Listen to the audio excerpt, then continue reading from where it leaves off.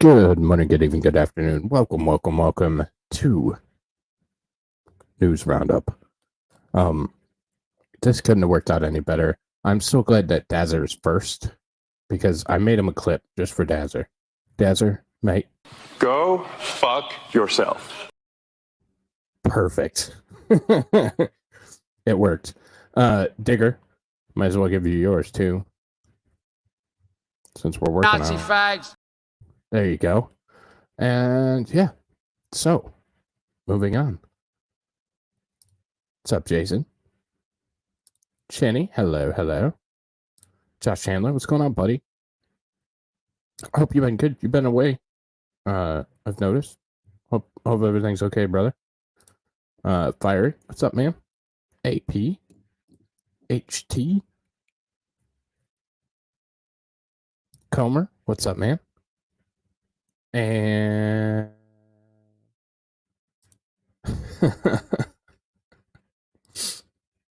all right, so we got a lot to get to today. As always, a lot of crazy shit happening in the wide world of wonder. But we're gonna get started with everybody's favorite potato, former Vice President Joseph Robinette Biden. He's talking about having the nuke trigger. So yeah, just listen for yourself. This is Nick. Hey, Nick. This is Nick with you, buddy. Now look, my Marine carries that. It has a code to blow up the world. That doesn't. This is not nuclear weapons, is it? All right, okay. My Marine. Pick that crane up. This is Nick. Hey. My Marine has a code to blow up the world. His Marine has a code to blow up the world. We'll listen to it one more time because it's incoherent. Because it's Nick. This is Nick with you, buddy. Now look, my Marine carries that. It has a code to blow up the world. That doesn't. This is not. He's just a rambling old man and talking about how his Marine has a code to blow up the whole world with nuclear weapons, nuclear warheads. That's cute. That's real cute, Joe. Real cute. Disgusting. Also, Henry Kissinger, diplomat who helped reshape the world, dies at 100. I think it's always interesting to see how, well, you'd like to have a 3-year-old child, but, not saying anything about that. That would be inappropriate. Henry Kissinger, it's amazing how, and I get it, when somebody dies, you're supposed to be gracious and say nothing but nice things about them and fluff their pillows and all that bullshit. Yeah, I don't subscribe to that fact. I think this guy was a terrible guy. He did some really shitty things to a lot of people and probably shouldn't be celebrated. Again, that is just my opinion. And he lived a long time to the ripe old age of 100 years of age. I agree.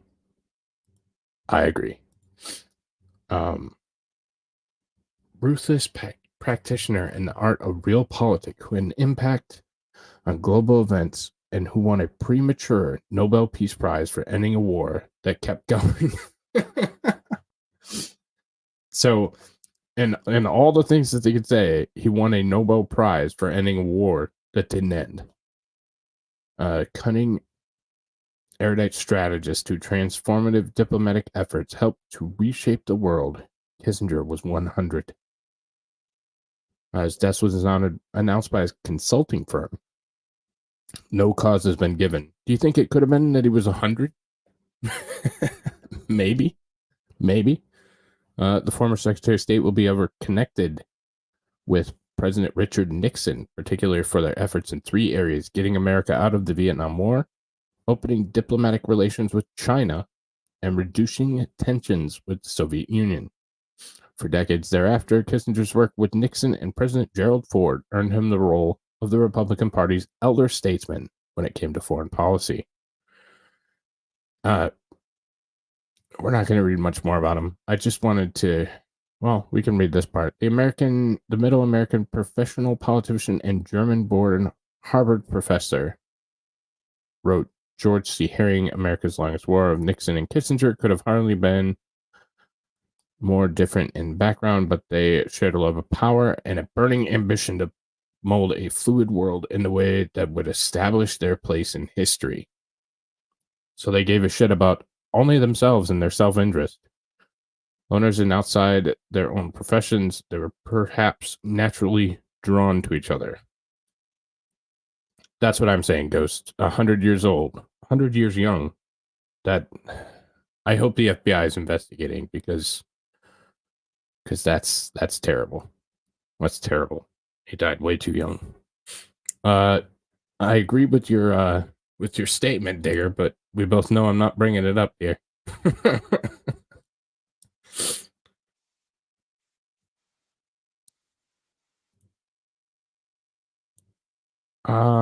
Potentially. 100 years old, so 1923. So yeah, would have been a teenager in the Third Reich. So, yeah, a lot of influence. So moving back to the next guy, hopefully, exit stage left. Joe Biden had a Thanksgiving hangover, must have been from eating too much stuffing or pumpkin pie, is the headline. Here's another this moment in Biden.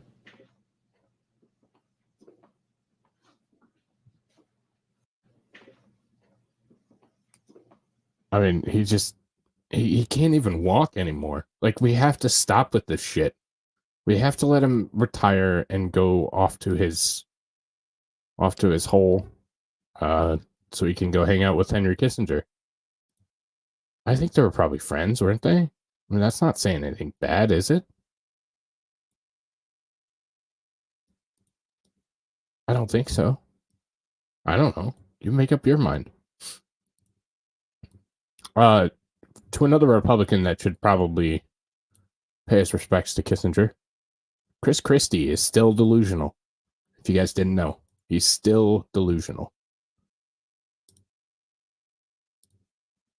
Very delusional. Trump's voters in New Hampshire said they are open to changing their minds between now and primary day on January 23rd. So, you know, I know everybody wants to make this race over now, but it's not over, and it's not even close to over. And when you just look at the history, forget about predictions. Let's look at what's happened over time. Mm-hmm. And what's happened tells you that there's a long way to go here, and I like the fact that we're gaining momentum now. It does. Trump's voters in New Hampshire said they are open to change.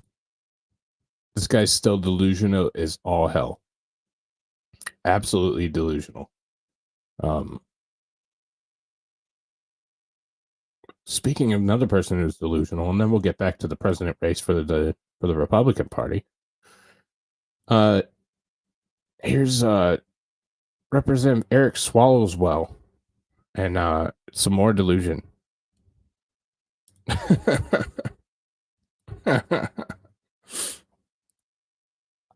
Oh, I love the Christie hate. I strongly dislike Chris Christie, for real. So this is Eric Swalwell. When he's not banging Chinese spies, he's talking about how the world would be different in his nostalgia factory. Would you like to see the United States doing more to pressure Prime Minister Netanyahu to take more steps to reduce civilian casualties? Yes, and first, President Biden has done that. And I also like to step back when I see some of the heat President Biden is taking and think, what would the alternative be? If Donald Trump was reelected or if Donald Trump was president at this time, can you imagine what the scenario would be in the Middle East? It would probably be the United States and Israel in a World War III-like scenario with Iran, Hezbollah, and Hamas. President Biden has not sent a single American into the conflict, but he is now pulling American hostages out of the conflict. We're supporting Israel. We're getting aid into the region. So far, we've held off other enemies of Israel and America. That's why President Biden was elected, and that's why I think he needs to be given, the room to negotiate, what is ultimately a resolution to this conflict. Would you like to see the United States? Yeah, there definitely wasn't peace in the Middle East. There definitely wasn't no new war started by President Trump. There definitely none of that happened. So I agree with the purveyor of Chinese spies himself. When he's not banging Fang Fang, he's talking about geopolitics, and I completely agree that things would be different. Namely, we wouldn't be in another war, and peace would still be in the Middle East. But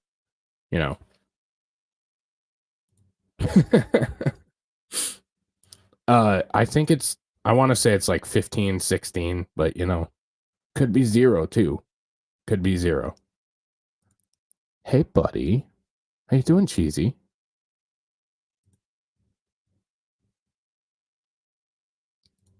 Exactly. Biden get a deal. Are they for real? There's still ceasefire. So there's a 2-day extension on the ceasefire. But yeah, no, there's not going to be.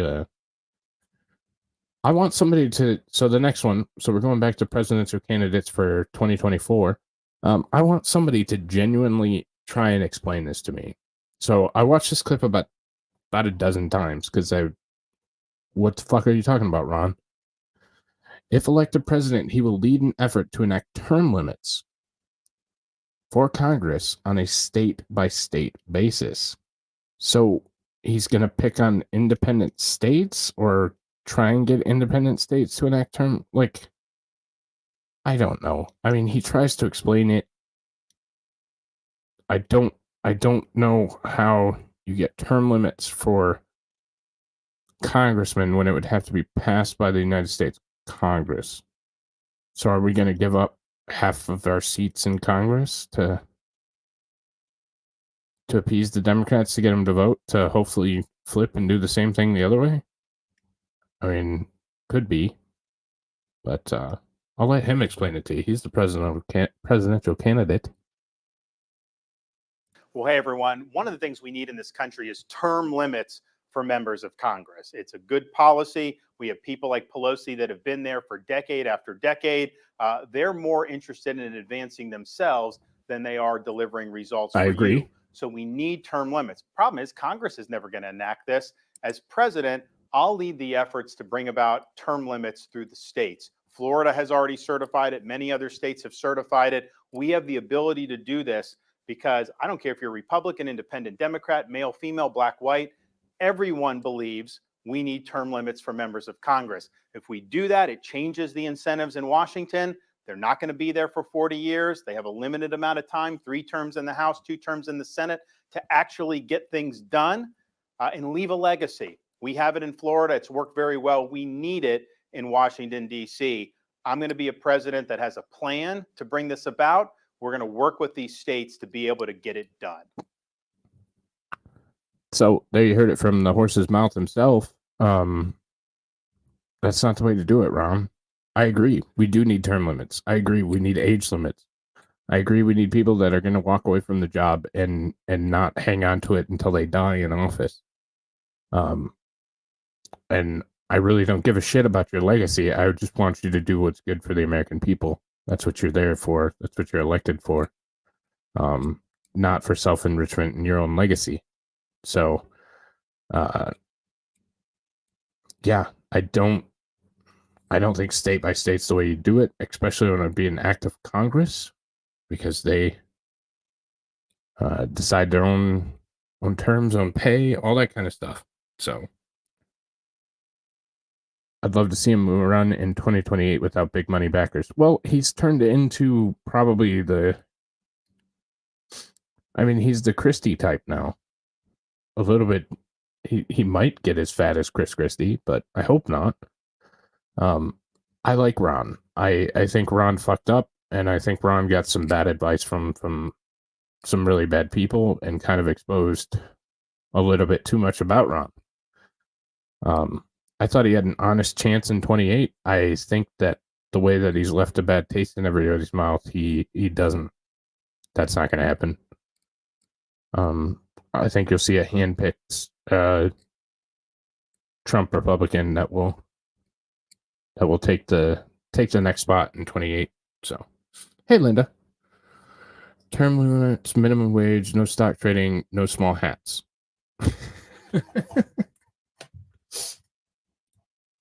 Deal. I'm okay with that.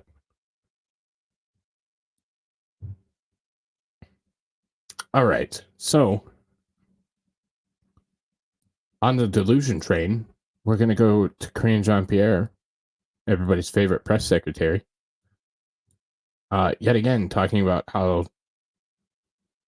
the Trump administration made the economy bad and how they had to fix it. That's why it's shit right now. But why do you think it is that when you say the economy is improving and President Biden says the economy is improving, that a majority of Americans outside of this building are not buying it? So here's the thing. When we walked into this administration, the economy was on a tailspin. That is the fact. Because of the last administration, because of the Trump administration, because of how they dealt with COVID and the pandemic, because they didn't have a comprehensive plan. The president came in, he passed the American Rescue Plan, which was able to get the economy back on its feet, which was able to open up small businesses. Well, small businesses were able to open up, schools were able to open up. And we understand what Americans have been feeling over the last 2-3 years. It's going to take some time. We get that. It's going to take some time, but it does not take away how we have seen the economy getting back on its feet. We actually had to fix the problem that we saw that the last administration left us. So, does anybody buy that the last administration left them a huge problem that they couldn't fix? Anybody buy that? Anybody? I mean, I just don't understand where the hell they're at.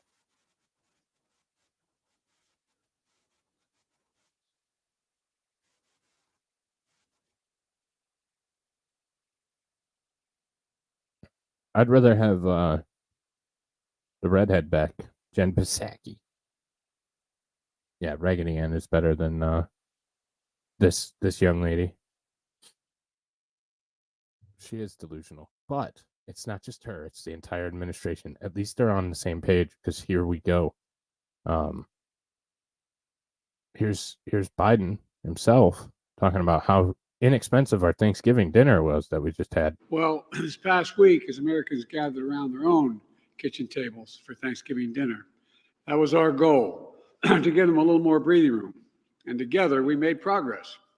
You know, from turkey to air travel to tank of gas, costs went down. They went down. Now, the people making a lot of money, that doesn't matter a whole lot because the costs are relatively small compared to wealthy incomes. In fact, as a share of earnings this Thanksgiving, dinner was the 4th cheapest ever on record. I want you all to know that. I look at all the press, look at that. The press is particularly excited about that, I can see.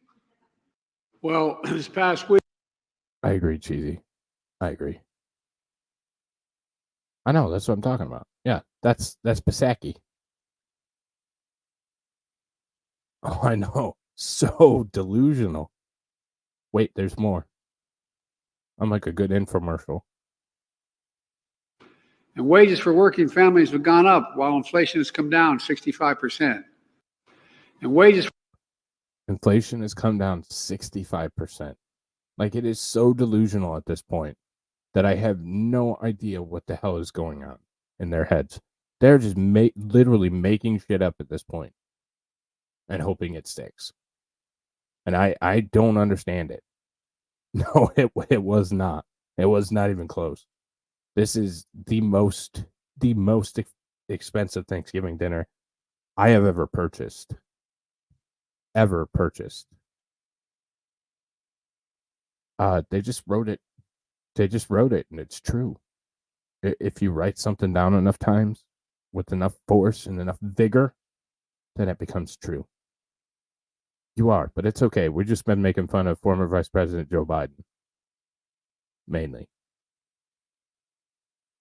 It is not. I agree. Somebody let us know. So we're going to oops, I put that wrong. So one more, I think there's only 2 more Bidens, but we're going to do one more Biden in the row. He met with the Angolan President Lourenço from Africa, 1 billion and critically important in how it functions for the whole world, and no country more important than Angola. I mean, that's shooting your shot. That's definitely shooting your shot, saying that no country is as important as Angola. And there's a reason for this, because then we're going to go back to the stunning and brave KJP. And we look forward to discussing the bilateral issues that concern our 2 countries. Africa, 1 billion people. Critically important how it functions for the whole world. África é continente de 1 bilhão de pessoas e é de importância crítica para o mundo inteiro. And no country more important than Angola. E em África nenhum país. And we look forward to discussing the bilateral issues. What does he want from that man? Like, there's got to be some underlying. Is he ordering pizza? Is he? Y'all know what I'm talking about. What is the idea behind Angola being one of the most important countries in the world? And then he tweets. This was all set up for the stunning and brave woman to tell us why she won't take a question from an African reporter. Well, I don't even think she tells us. She just won't take a question from the African reporter. So they're that important to be just like American journalists, American conservative journalists, where KJP won't take a question from them and just walks off. Follow up on Angola. One question. It is so surprising that you don't take if you are receiving an African leader, you can't take a question from an African journalist. We can end this right now. Sorry, I have one about this. Basically, Johnson, Marco Rubio. It's not about answering the question. I want to ask an African question because you are receiving an African question. All right, thank you. Thank you so much. Oh my God. All right, we can end this briefing if it's not going to be respectful here. Chris. That's what I'm saying. You are receiving an African leader and you don't take questions. Thanks, everybody. I have a question about gas prices. Thanks, everybody. Can we do one about falling gas prices? What a bitch. Actually, What a bitch. That's what the administration thinks of you. That's what the administration thinks of both American people and the people of the world. They just don't give a damn. If you're going to ask them a question, they don't have to answer you. They don't have to answer you. Speaking of overbearing, power-hungry countries, I thought this was interesting. There may indeed be a show on it. There's some more reporting out, but as with the news, I try and just touch on things instead of getting really deep into them. But the Biden Department of Justice targeted Trump supporter on Twitter by demanding a list of all users who interacted with President Trump's account. And when you look into the bigger picture of this, it is literally any interaction whatsoever with Trump's account. It is if you tweeted at him, if you retweeted him, if you responded, if you had any kind of donations or interactions with him through there. And yeah, I mean, that's a terrifying thought. I'm on yet another list. That is yet another list that I get to go on. Because while President Trump was on Twitter before January 6th, I was also on Twitter and often tweeted at President Trump. So, yep. Yet another list. Yet another list. And then, so the next one that I want to do is the competence of that government. That same government that wants my information because they may have tweeted at the President of the United States at the time. This is more of that just mind-blowing realism from Kamala Harris. This is the same New York Times summit where Elon Musk gave the interview that we covered earlier on the channel. Exactly. I think we're all pretty much fucked on that one. But this is the same one that I covered the Elon Musk earlier. And this is Kamala Harris's stunning and brave wisdom. To the point, because it is a point that has been made. First of all, I would say that age is more than a chronological fact.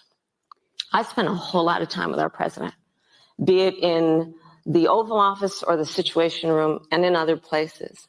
And I can tell you, as I just mentioned, not only is he absolutely authoritative in rooms around the globe, but in the Oval Office, meeting with members of Congress, meeting with leaders in industry, meeting with community leaders, I will tell you that he is in front of often everyone in the room in terms of thinking about how we can resolve issues, negotiate in a way that is about concession where necessary, but for the sake of accomplishment and actual work, to the point, because it is.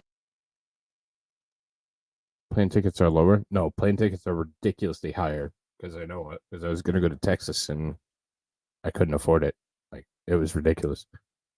So there's your wisdom, your breaking wisdom from Kamala Harris today. I know you guys enjoy that section. Yes, I think so. So I know you guys really, really respect her for being a strong African Indian white woman. So I just want to give you that. I don't want to deprive you guys of that on Thursdays. All right. Exactly, Ghostry. Whenever a boomer claims their elder is full of energy, the elder is usually a walking corpse. Yes. This is interesting, and this brings up yet another potential show topic. We talked about it a little bit earlier. I am terrified of artificial intelligence and general artificial intelligence. But the Pentagon is not. Pentagon is currently moving towards allowing AI weapons to autonomously make decisions to kill human beings. This will never end poorly. I can never see any part of this that would end poorly. Ever. Obviously, this is terrible. And to say it won't be used against citizens is, I think that's ignorant at this point.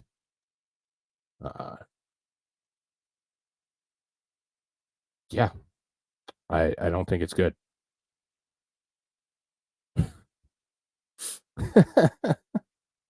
Exactly. So you take the previous where my name's now on the list, and now you allow AI to kill dangerous people. Well, I am supposedly dangerous people that spreads misinformation. So how am I not concerned that I may be on that list? I think it's a relevant concern. Another relevant concern, Attorney General Ken Paxton, breaking, I'm suing Pfizer for misrepresenting the COOF vaccine efficacy and conspiring to censor public disclosure. I heard a lot of grumbling when Paxton was being impeached that it was to shut him up. I never was a big Ken Paxton fan, but as soon as he came out of this this faux impeachment, I've really enjoyed a lot of the things he's been saying. And doing, like with the Media Matters. Now you have this, you have a couple other that he's taken independent action on. So I'm starting to take a liking to him. I think Abbott is a cuck, but I'm starting to like Paxton of Texas. So Austin, Texas Attorney General Ken Paxton has sued Pfizer Inc. for unlawfully representing the effectiveness of the company's COVID-19 vax and attempting to censor public disclosure of the product. Pfizer is engaged in false, deceptive, and misleading acts and practices by making unsupported claims regarding the company's COVID-19 vaccine in violation of the Texas Deceptive Trade Practices Act. The pharmaceutical company's widespread representation that its vaccine is 95% efficacy against infection was highly misleading. The metric represented a calculation of so-called relative risk reduction for vaccinated individuals in Pfizer's initial 2-month clinical trial. FDA publications indicate a relative risk reduction is a misleading statistic that unduly influences customers' choice.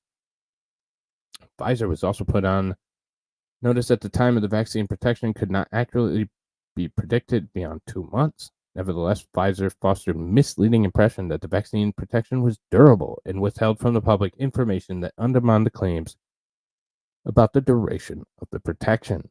And despite the fact the clinical trial failed to measure whether the vaccine protects against transmission, Pfizer embarked on a campaign to immediate the public into getting the vaccine as necessary measure to protect their loved ones. And yes, thank you. Very, very good timing, Digger. I'm just reading from a paper. This does not necessarily represent my opinions or anyone's on this channel. But it does everyone's on this channel, I think.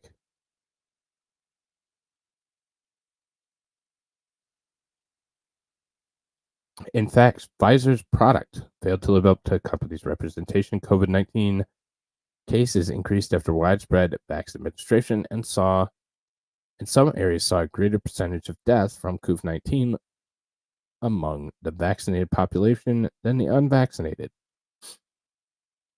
When the failures of its product became apparent, Pfizer then pivoted to silencing truth tellers. The lawsuit notes, how did Pfizer respond when it became apparent that the vax was failing, the viability of the cash cow was threatened? By intimidating those who spread truth and by conspiring to censor its critics. Pfizer labeled criminals those who spread facts about the vax. It accused them of spreading misinformation, and it coerced social media platforms to silence prominent truth tellers. I can't even use caps lock. I disabled it. We are pursuing justice for the people of Texas, many of whom were coerced by the tyrannical vax mandates to take a defective product sold by lies, said Attorney General Paxton. The facts are clear, but Pfizer did not tell the truth about their COVID-19 vax, whereas the Biden administration weaponized the pandemic to force illegal public health decrees on the public and enrich pharmaceutical companies. I will use every tool I have to protect our citizens who were misled and harmed by Pfizer's actions. The lawsuit follows Attorney General Paxton's investigation into Pfizer and other manufacturers announced earlier this year.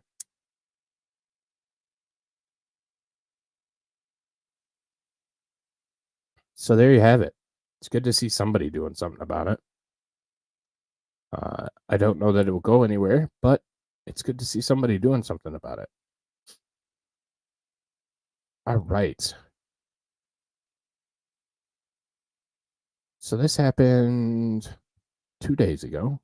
I was on Hayden's and let everybody know. The White House National Christmas tree has fallen. Apparently, Joe Biden was scheduled to deliver the Christmas tree lighting. I think that was actually today, and he's going to try to continue with the lighting. It blew over in the wind because apparently there was some rot or something in the actual base of the tree. Near the White House, the National Park Service. Okay, they told us just within the last 15 minutes that a big gust of wind knocked over the national Christmas tree. It's all set for a big tree lighting ceremony on Thursday. Our Delia Gonsalves just arrived on the scene. So, Delia, we know that the National Park Service is assessing the damage. What can you see from your vantage point?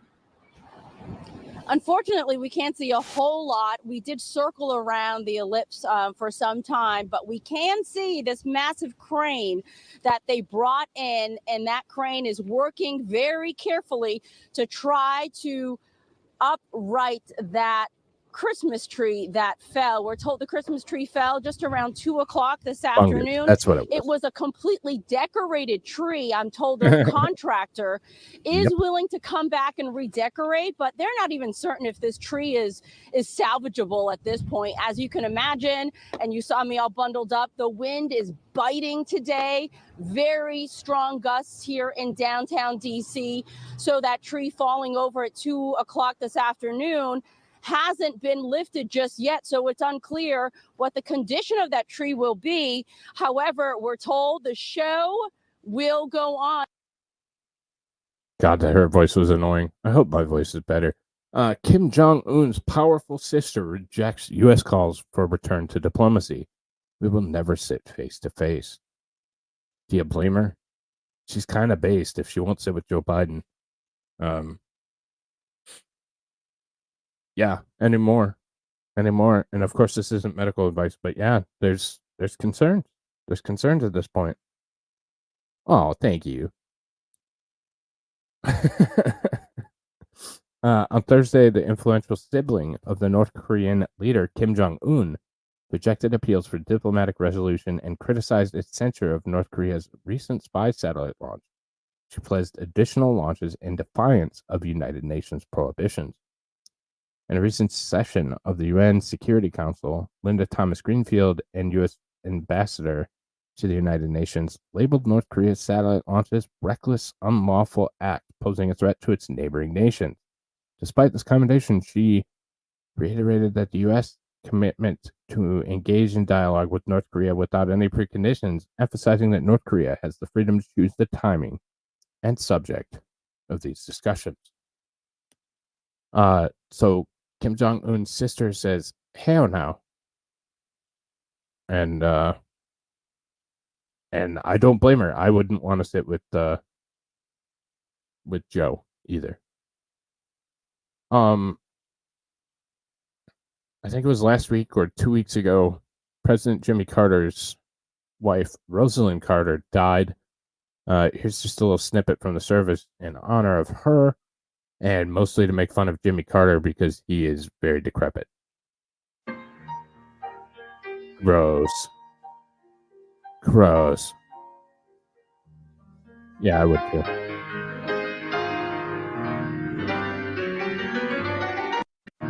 I mean, homie,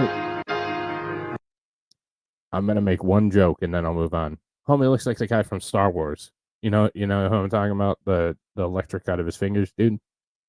Like he looks just as dead too. Honestly.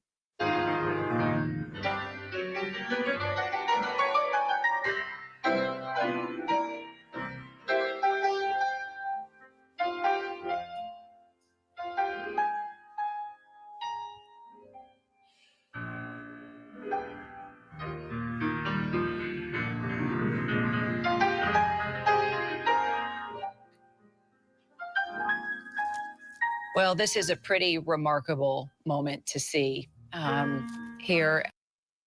Look at all those criminals in the front row. You have Hillary, Billary, Joe, Joe's wife, Jill. I don't know who either of those guys are. Donald's not here, is he? That's Melania. So no Barry and no Donald? Is that Big Mike? Right there? Yeah, I'm not sure, but At the Glen Memorial Church, where the service is about to begin. That's Dr. Jill. Sorry, Dr. Jill. Sorry, Dr. Jill. Mike Obama is there? Okay, good.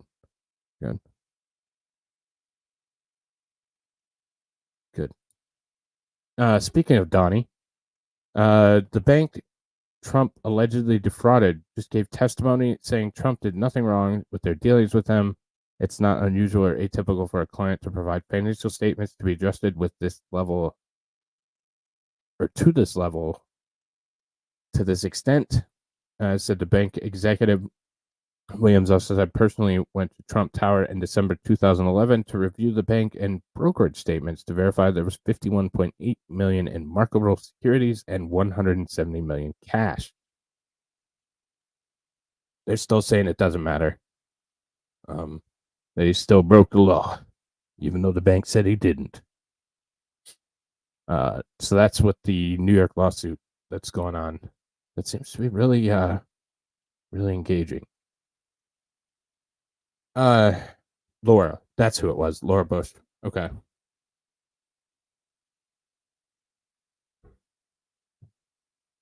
So, moving on from one Trump thing to another. I thought this was interesting from Tucker because we've heard the Tucker's never donated to a campaign. He kind of goes into that. He kind of says some pretty crazy shit to Roseanne about helping him with funding and that kind of thing. Again, I don't think Tucker's a great guy, but he's doing the right things, and we have to commend them for that.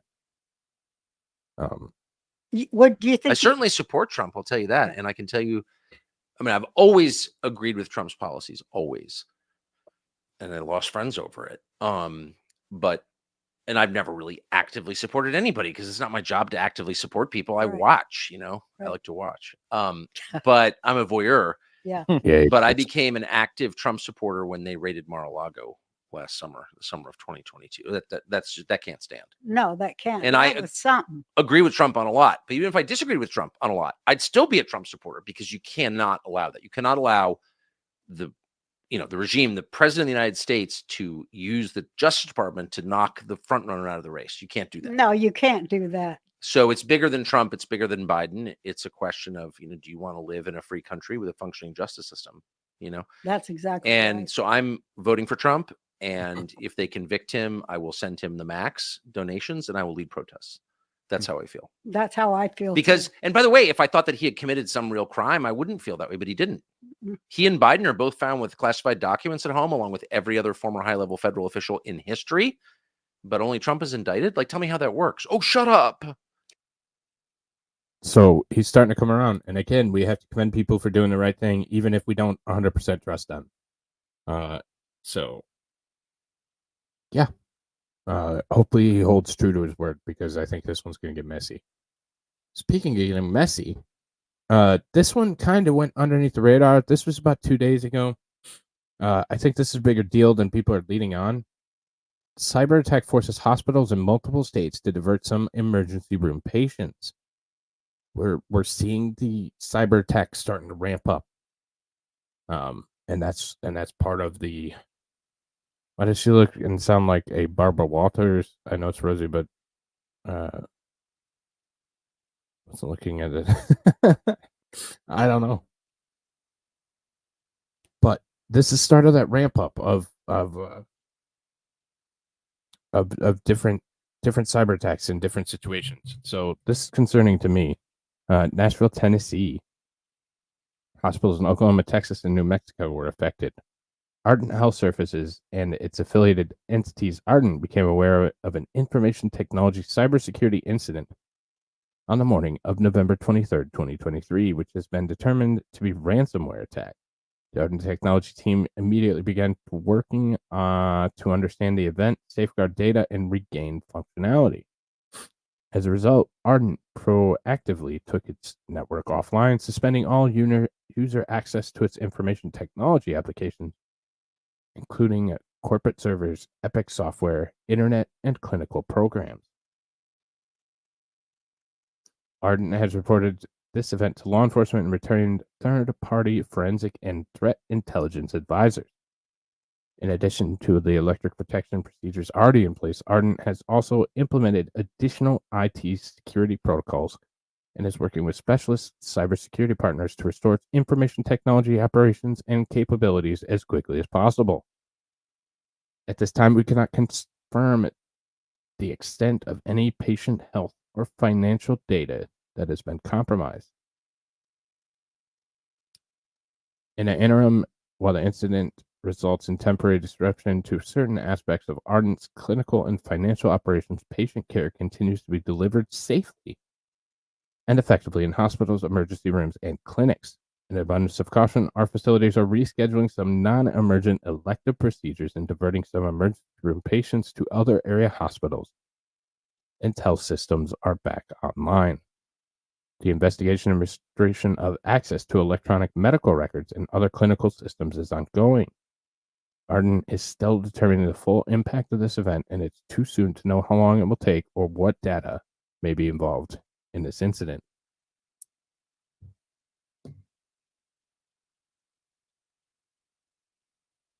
So that's obviously always very concerning. Always incredibly concerning.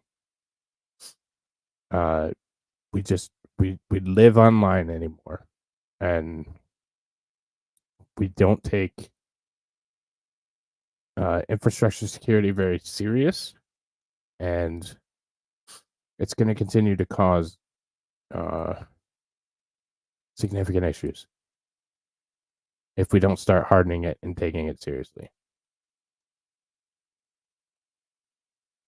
All right, so this is how we're doing this next one, because I know it's not a fun topic for anybody and take sides.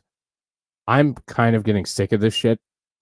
Like, I didn't take sides on the war. I'm not pro-Israel, pro-Palestine. I didn't really care. Like, I just don't want American men and women to die, and I'd really like to stay out of it. However, what I'm about to show you over the next 6 videos, and I'm going to let them play concurrently, so I'm just going to play them all the way through. I think this is kind of getting ridiculous. Actually, I lied, because I'm going to tell you what they are. So this is during the Rockefeller Christmas tree lighting ceremony.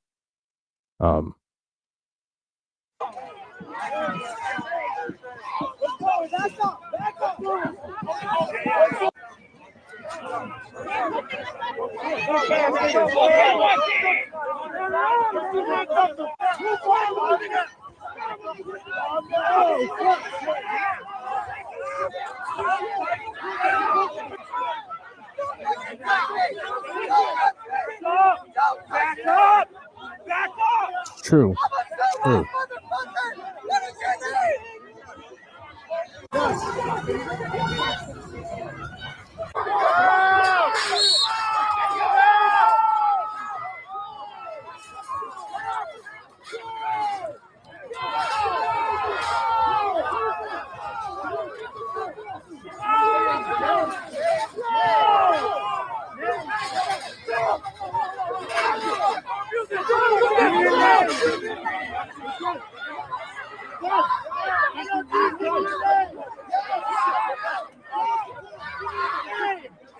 What is your name?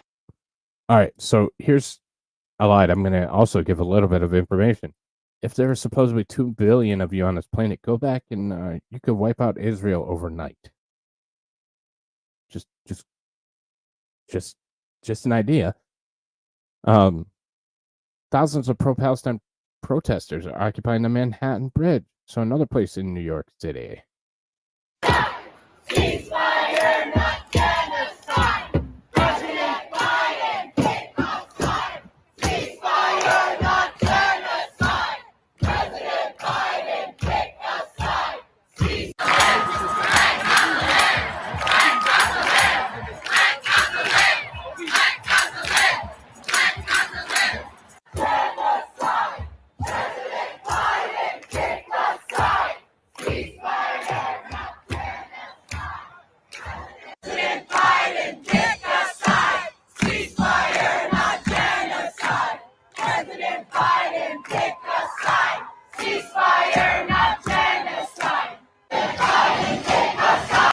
Okay, that's enough of that.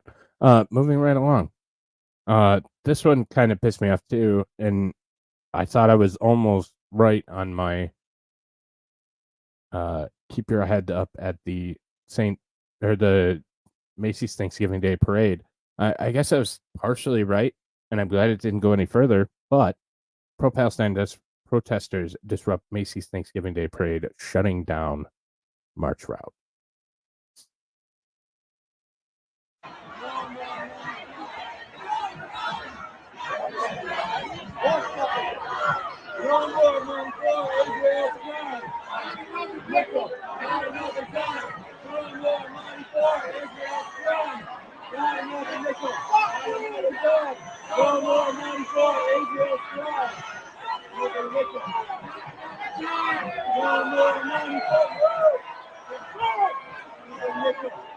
Free!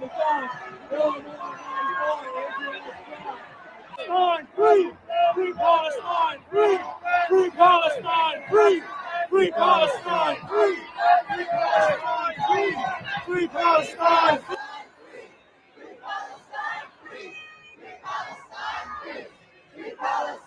Free! Free Palestine! Okay, I'm good with that one. So here's another one. Police are in riot gear as citywide tactical alert has been declared for a large group of pro-Palestinian protesters. This is in Los Angeles, and they were talking about the fact that they had earlier interactions that did turn violent with different protesters. So they put out a bulletin and prepared for war. More cops are going to that protest. We got 3 floor cars coming to you.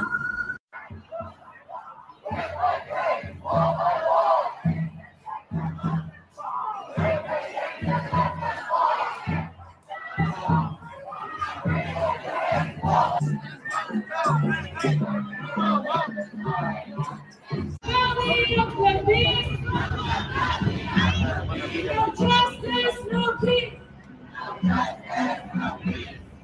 No normalization. We demand full liberation. Thank you. You're welcome.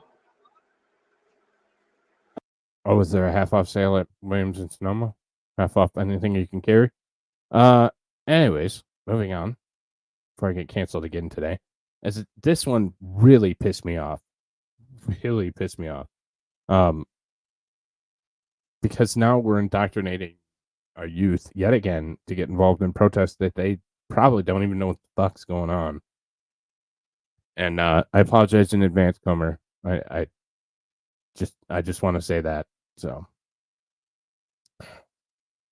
as a teacher takes shelter in a locked office for hours as Queen High School erupts in riot over pro-Israel stance.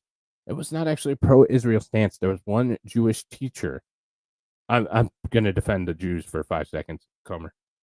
There was one Jewish teacher.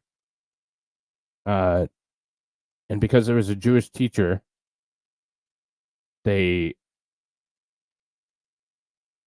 started just annihilating the school, a high school. More than 20 New York Police Department officers were called to a Hillcrest High School in Jamaica, Queens, shortly after 11 a.m. on Monday. The incident unfolded as a pre-planned protest by hundreds of students over a teacher's Facebook profile photo, which showed her at a pro-Israel rally in Queens, October 9th, holding a poster that said, "I stand with Israel." And she was Jewish. Several hundreds of students stormed the hallways and went on rampage upon learning that one of their teachers had attended a pro-Israel march. The teacher, who was Jewish, revealed that the school hid her in a locked office at Hillcrest High School for 2 hours as students attempted to force their way into the classroom, taking over the hallway and causing damage. So it says POV, this is obviously TikTok, dumb shit. Your school had one lockdown, multiple fights, and riots just because a teacher woke up one day and chose to support Zionism and occupation. Yeah, and if my sister's fading a bitch, I'm a We're going to mute that so I don't get copied for terrible music. But yeah, they came in and just trashed the shit out of the school looking for this teacher to do harm to this teacher.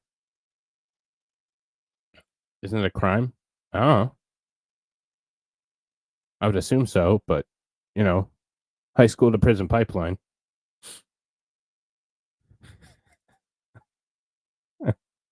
We don't condone violence. But maybe. Maybe they need some kind of lesson, is what I meant to say. Okay. No, I don't want to listen to terrible music. I thought that was a little... And these kids don't know what the fuck going on. They just do it because they've been told and it's popular. Like, that's the part that pisses me off. I don't care the nationality. I think anytime that you're sending a school to riot because somebody exists, that's pretty shitty, honestly. So moving past that portion of it, Multiple people have been killed in a massive explosion at an auto repair shop. This happened last night in Ohio, maybe 2 nights ago. Tuesday evening, multiple authorities and emergency personnel responded to an explosion at Jimbo's Auto Repair in Hillsboro, Ohio. The blast resulted in a massive fire. When the crews arrived at the scene, numerous vehicles on the lot were ablaze. An auto repair shop was significantly damaged. 3 people had been killed due to the explosion, while another individual was transported to the hospital and is currently in stable condition. As of now, officials have not released the identities of the victims. Witnesses at the scene reported the explosion could be felt from several blocks away, shaking the ground. This was a weird one.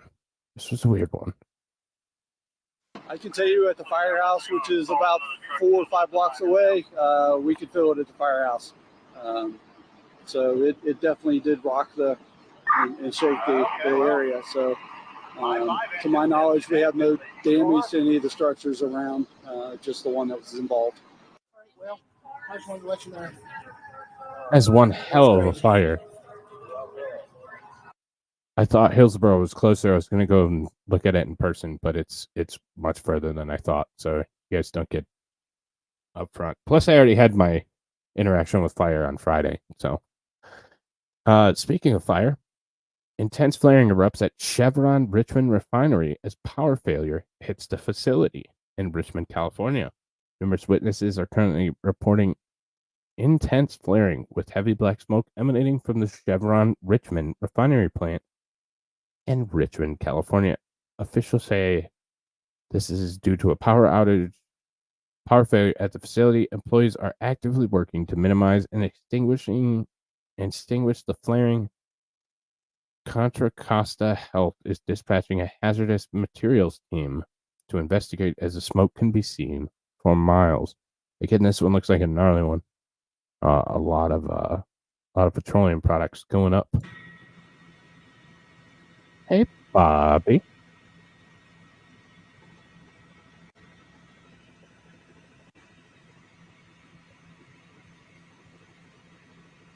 Disco Inferno.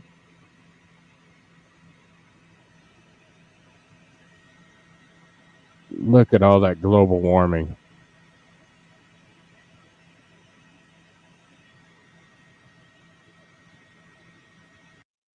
So yeah, it's since been resolved. Yeah. Probably gonna get struck for this goddamn clip, but I feel like it's worth playing. I am commenting the NFL. NFL, I am commenting on a situation that happened at your studio. I'm not using the clip for its intended purpose. I am not using the clip to comment on football. I'm not using the clip for anything but the fact of commenting on the surrounding news story. Now kiss my ass. The NFL Red Zone studio is being evacuated as alarms blare in the background in Inglewood, California. Currently during the Eagles game. So this was Monday Night Football. A live TV announcement was issued instructing individuals in the NFL Red Zone studio in Inglewood, California to immediately evacuate as the building alarms blare in the background. The exact cause and reason for the evacuations are currently unknown. And then there was an update. Hansen's return confirming he's safe and back in the studio. The exact cause of the alarm and reason for the evacuation are currently unknown. So there wasn't a bunch of information regarding it, but yes. Well, ladies and gentlemen, this is a first in my 20-something year broadcasting career. We have an alarm going off in the studios of NFL Red Zone right now, in our studios here in Inglewood, California. We are being told we need to evacuate the building. We do not know the nature of the emergency. You can probably hear the alarm going kind of over awesome. the top of my right shoulder here. As it is something absolutely unprecedented for us. We have this game being told we need to evacuate the building. We do not know the nature of the emergency. You can probably hear the alarm going right over the top of my right shoulder here. Okay. Red Zone is any day that there's NFL. So Red Zone covers. The idea is they cover it on Sunday when there's multiple games, so you can watch up to 4 games at once. But yeah. How many times I've been on a troubleshooting call and a tech has to evacuate to the fire alarm? Damn. Yeah. That was interesting, but I don't know. But that was kind of funny. Glad no one was injured. None of that stuff. Kind of funny. Please don't fuck with me, NFL. All right. So our last fire of the day. Breaking, multiple emergency crews are responding to an underground gas fire with numerous strong explosions in White Lake, Michigan. Now, I could have drove to this one, but I decided not to. Numerous authorities and other emergency personnel are responding to reports of an underground gas fire at White Lake, Michigan, where numerous strong explosions have taken place. Multiple witnesses report feeling their houses shaking from the explosions, along with smoke and flames can be seen for miles. Police are urging everyone to avoid the area, which is why I probably would have went. But this was a couple days ago. I think this was Saturday. So, again, just random explosions. Whoa! God damn! Perfect. Holy shit! We felt that the heat over here in that big boom. Oh! Oh!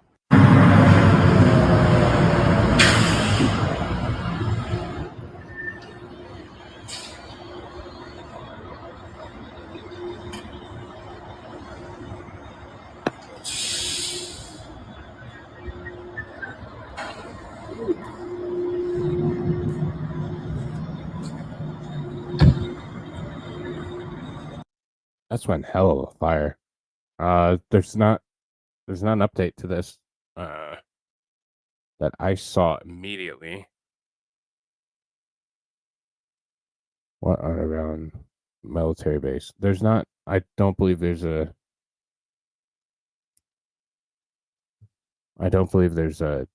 I've never heard of an underground military base in White Lake.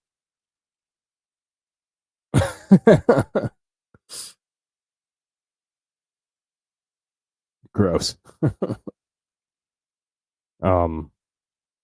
Yeah, I don't think there's any underground.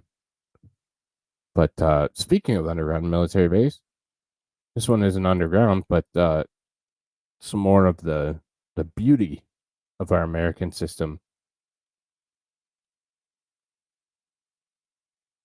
They're crashing a lot of aircraft lately. Not saying it's a problem with recruiting, but I didn't see anything from DTE. I didn't see anything update wise. I briefly scanned because I was thinking about going out there. But there's the only thing I ever got was Click on Detroit said something 4 days ago that it was an oil refinery fire. But didn't go into causes or anything. So it was allegedly an oil refinery in White Lake. I didn't think so. Yeah, but there's not in White Lake. Anyways, U.S. military Osprey aircraft with 6 aboard crashes off the coast of Japan. This was again a really weird situation.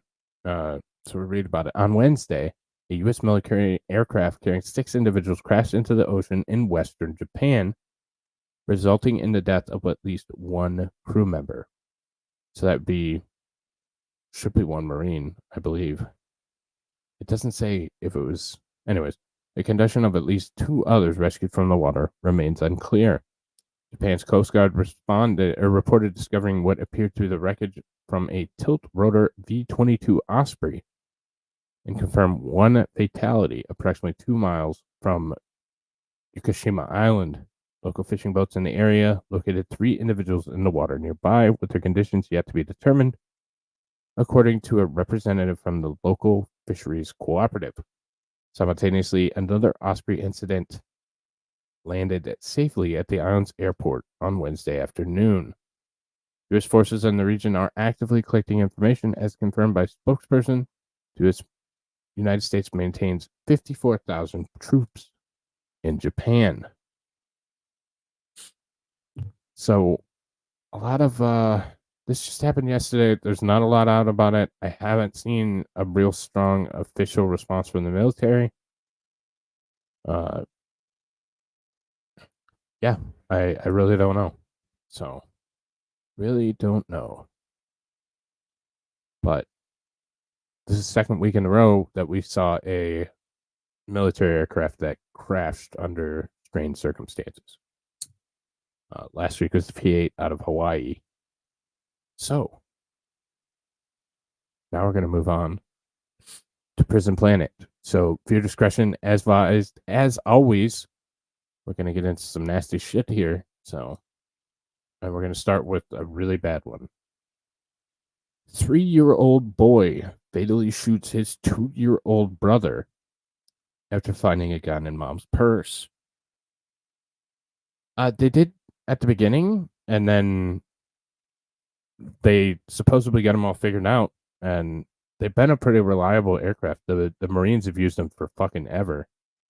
But and like I said, last week's was a P-8, so yeah.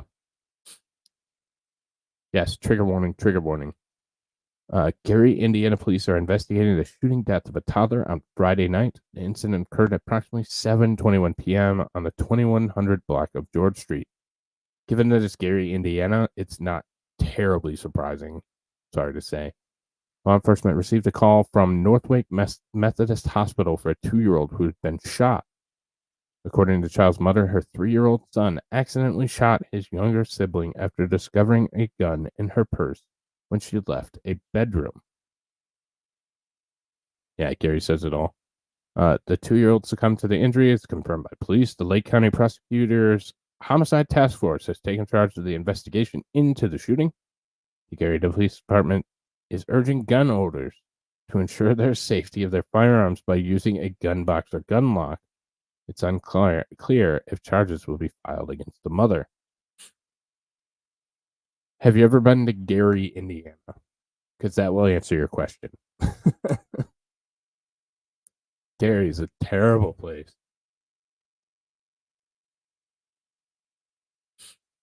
They should be able to. No, the kid probably won't get charged. No, yeah, I mean, he's 3. How the hell can you charge a 3-year-old, honestly? And he's going to have to live with that because he has shitty parents that can't take care of their things. It's rather unfortunate, actually.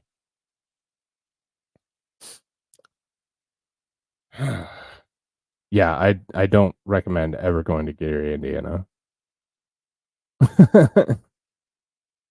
This one just started breaking as soon as I went live. A manhunt is underway as an escaped prisoner evades law enforcement during a work detail in Philadelphia, Pennsylvania. 3 or 4 weeks ago, we had the same thing in Philadelphia where the one gentleman escaped custody and got away for some time. Currently, numerous Philadelphia law enforcement officers are actively searching for a prisoner, 34-year-old Gino Hagencotter, who escaped custody while on work detail. Hagencotter was working for the orchard behind the Philadelphia Industrial Correctional Facility when he managed to escape, according to officials. In response, all Philadelphia prison facilities were immediately secured and placed on lockdown. Well, he's not going to go to a new one. Damn. Nearby schools were instructed to shelter in place for the remainder of the school day due to the escape. Although the shelter in place has since been lifted, police will remain present to assist and ensure a safe dismissal for all.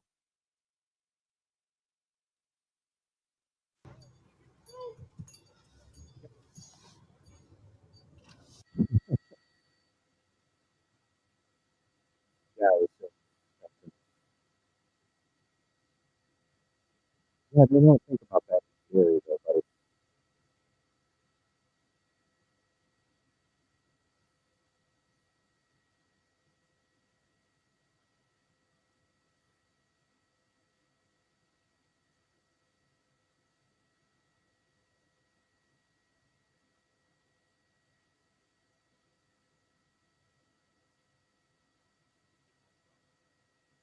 All right, nice aerial of the prison facility. Ladies, do I have one hell of a story for you? The ladies in the chat. Hundreds of dangerous vaginal tightening syringes seized at Minneapolis airport. So if you made an order, it's going to be delayed because the fucking feds decided they were going to intercept it. U.S. Customs and Border Protection CBP officers at Minneapolis St. Paul Airport recently stopped a shipment filled with 2,536 pre-filled syringes of vaginal tightening gel. On November 20th, CBP inspected a shipment arriving from Hong Kong manifested as vaginal tightening gel.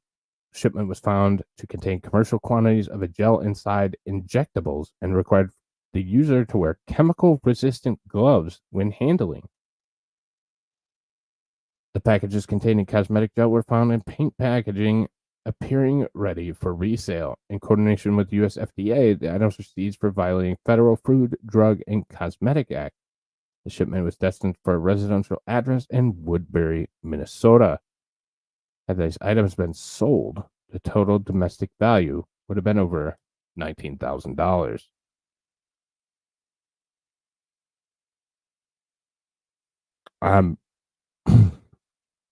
We know somebody in the Minneapolis area. Maybe he's trying to make a quick side buck. Allegedly. You know who I'm talking about. Side effects, vaginal sunburn. Potentially. Oh, shit. I mixed these up. And then...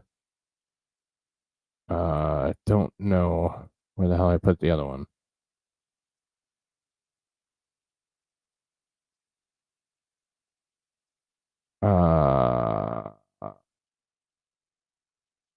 Shit. Whatever. We'll go down the line and we'll find it eventually. Nope, there it is. Found it.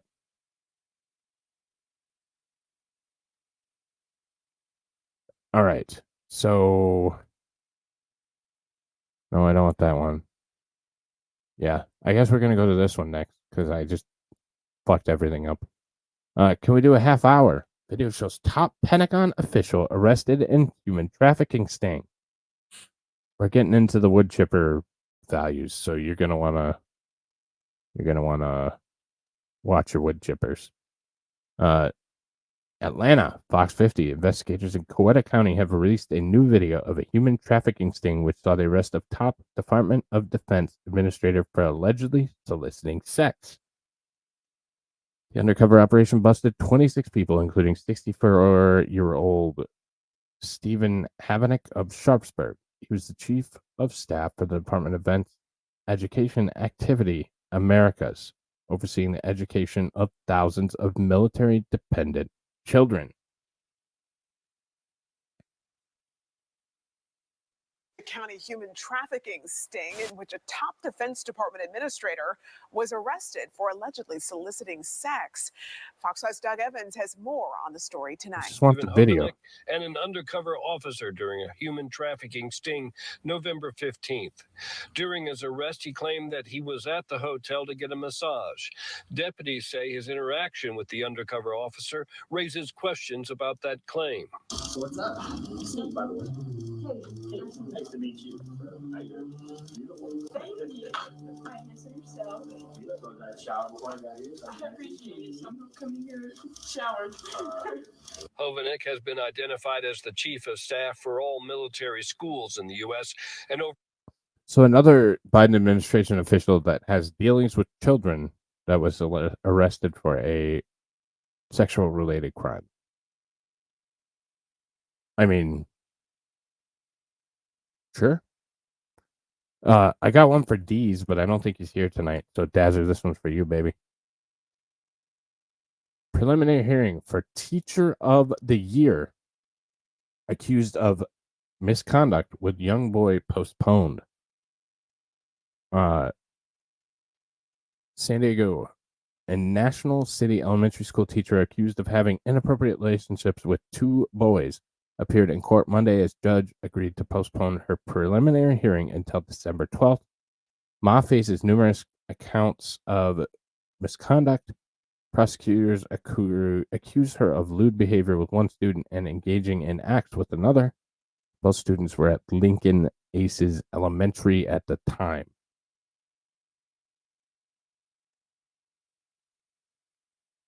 Yep. The fact that they're elementary students, this bitch needs to go in the wood chipper. I'm sorry, Dazzer. I'm sorry, but she's one of the twisted ones. We're gonna play a game. Let's see if I can do this. I want everybody to type in chat. Yes. Esther. I like that one. I want everybody to tell me in chat what this gentleman's crime is. Not that we're profiling in any way.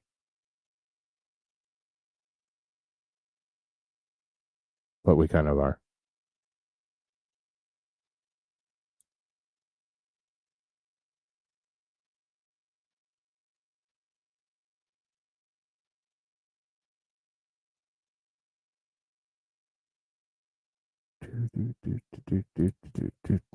Ding, ding. Yes. I agree. All right. So, hang on, I got to try and get it back to normal size. PA man held on $20 million bail on abuse charges. This is a super twisted fucker. Bucks County, Pennsylvania, a Bristol borough man assaulted 3 kids, recorded the assaults, and shared some of the recordings of various social media sites. The Bucks County District Attorney Office announced at a news conference on Tuesday, November 28th, 2023. Brian Nathaniel Harris of Pond Street was charged Tuesday morning with more than 160 counts, almost all of them felonies, related to assaults and production and dissemination of twisted fuckery. He was arraigned by the Magisterial District Judge Jan Viskloy and sent to Bucks County Correctional Facility under $20 million in bail. I'm going to read the next paragraph and then cut it off, because then I'm going to have to cut way too much of this shit out to keep reading it. A predator living among us in the community is the worst fear, First Assistant District Attorney Jennifer Scorn said. Thanks to outstanding work done by law enforcement, Brian Harris will be held in Bucks County detention while he awaits his day in court. We encourage anyone who has concerns or whose children may have had contact with this individual to please reach out to Bucks County detectives. This is the worst kind of fuck, and he deserves to never be a free man again. Never. No, he might not make it to trial. I'm good with that.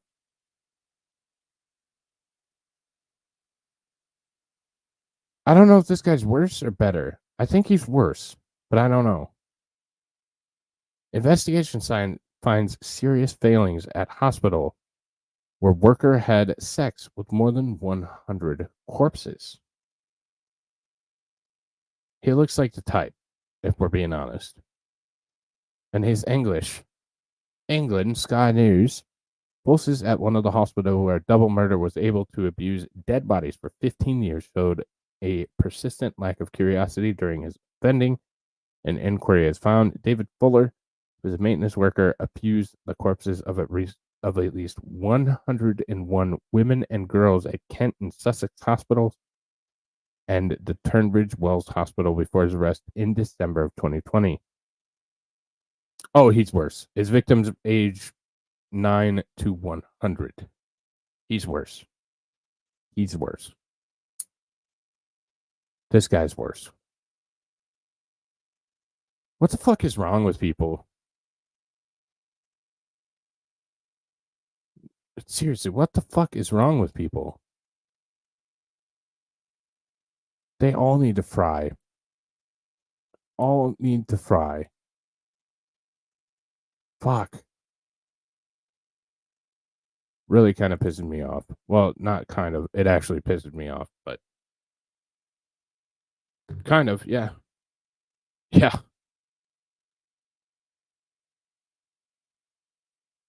I don't believe so because they were dead. Damn. Wow. I don't know. I think this guy's worse than the previous guy, but shit. This was kind of a fun one. This was semi close to me, although they keep changing the city where it was. As a 12-year-old boy leads police on a crazy chase after stealing construction forklifts, striking multiple cars.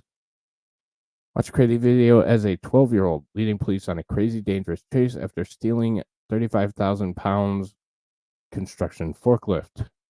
That was poorly written. The incident began when the police responded to reports of a juvenile attempting to steal a construction vehicle at a middle school around 6:45 p.m. Shortly afterwards, officers spotted the stolen forklift driving without lights on. The pursuit then entered a neighborhood where the 12-year-old boy collided with approximately 10 parked vehicles. Police revealed that the Genie GTH636 telehandler used in the accident had been left unlocked at the middle school with the key hidden inside, prompting the young boy to seize the opportunity. The incident remains an active and ongoing criminal investigation. But the second guy also did corpses of kids, and I think that's worse. Maybe, yeah.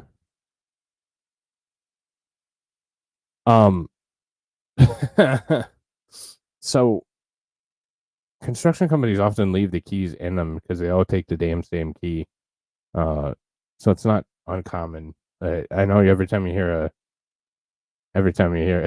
fucking corpse lives matter. Like it's amazing that the key was left in it. No, most of them they do. Please sideswipe the car into the front yard.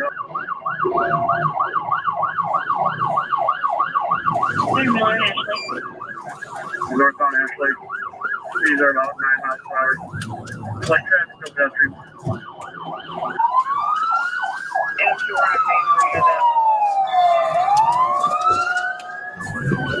Main Northbound Main. He's all over nowhere. Yeah, they're all exactly the same key.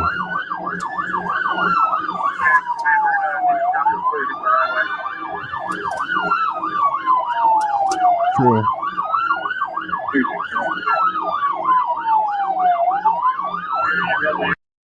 I mean, it could have been worse, but yeah, they all have the same key, so they're relatively easy to. I mean, I'm not condoning borrowing any, but if you're going to borrow one, you don't have to look far for the key.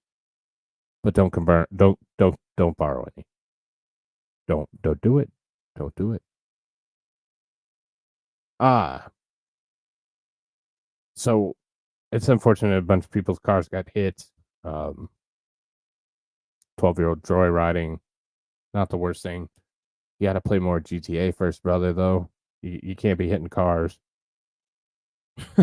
Yeah.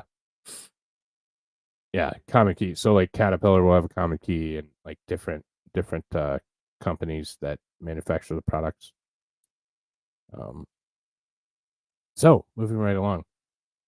Mesa, Arizona, a city bus crashed into a home resulting in multiple injuries. Multiple authorities are on the scene after a Mesa City, Arizona bus crashed into the home of a following a collision with a car.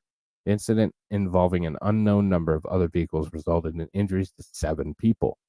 4 of the victims were transported to the hospital, where the remaining 3 declined transportation. Police report that no one inside the home was injured during the bus collision. The cause of the crashes and circumstances leading to the bus slamming into the home are currently Unknown. I mean, it happens. Buses run into houses.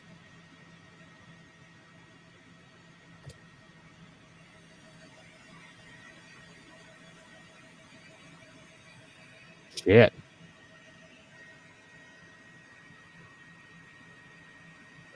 I was going to get to that.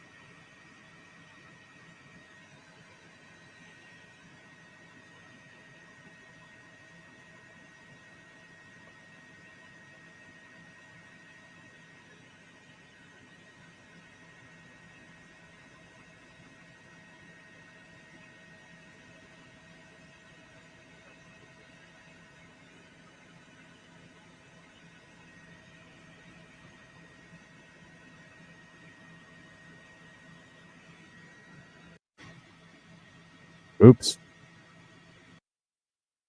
All right. So, shit, where did that go over there?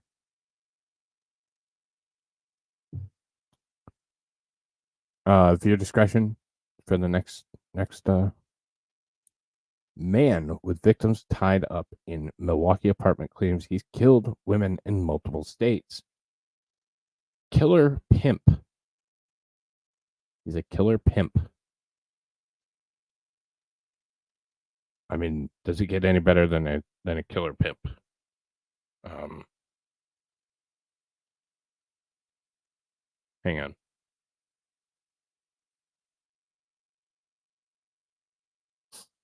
I wonder if they're terrible about it. Yeah, I should probably. I'll forgo that.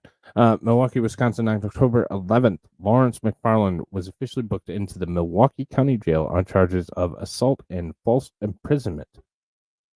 Then he made a stunning confession.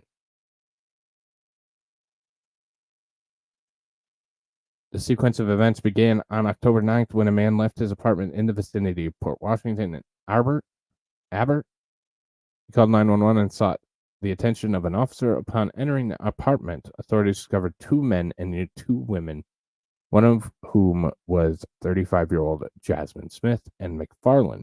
According to the court filings, McFarland and Smith had tied up a man and a woman, subjected them to assault, and forced them to engage in acts with McFarland, local media reported. The surprising turn came when McFarland, during questioning, reportedly confessed to having killed multiple women across different cities, including vague references to murders in Milwaukee, Madison, Chicago, and Detroit. However, he refused to provide specific details about the alleged crimes. While investigators look into McFarland's claims, Milwaukee police have stated that at this time, there's no information that would substantiate his claims. Currently in jail, McFarland awaits legal proceedings, and there's an outstanding warrant for the arrest of Jasmine Smith. The notorious prostitution strips along National and Greenfield Avenues, the backdrop of a troubling confession. 40-year-old Lawrence McFarland of Milwaukee telling investigators last month he, quote, frequently hears voices that tell him to either kill himself or kill others. The statements in a criminal complaint charging him with sexual assault, false imprisonment, and strangulation. But if he's to be believed, that's the tip of the iceberg. McFarland claims he, quote, used to be a pimp, trafficking prostitutes, and, quote, he has torched at least 3 women after strangling them using either, quote, gasoline or lighter fluid to burn the bodies.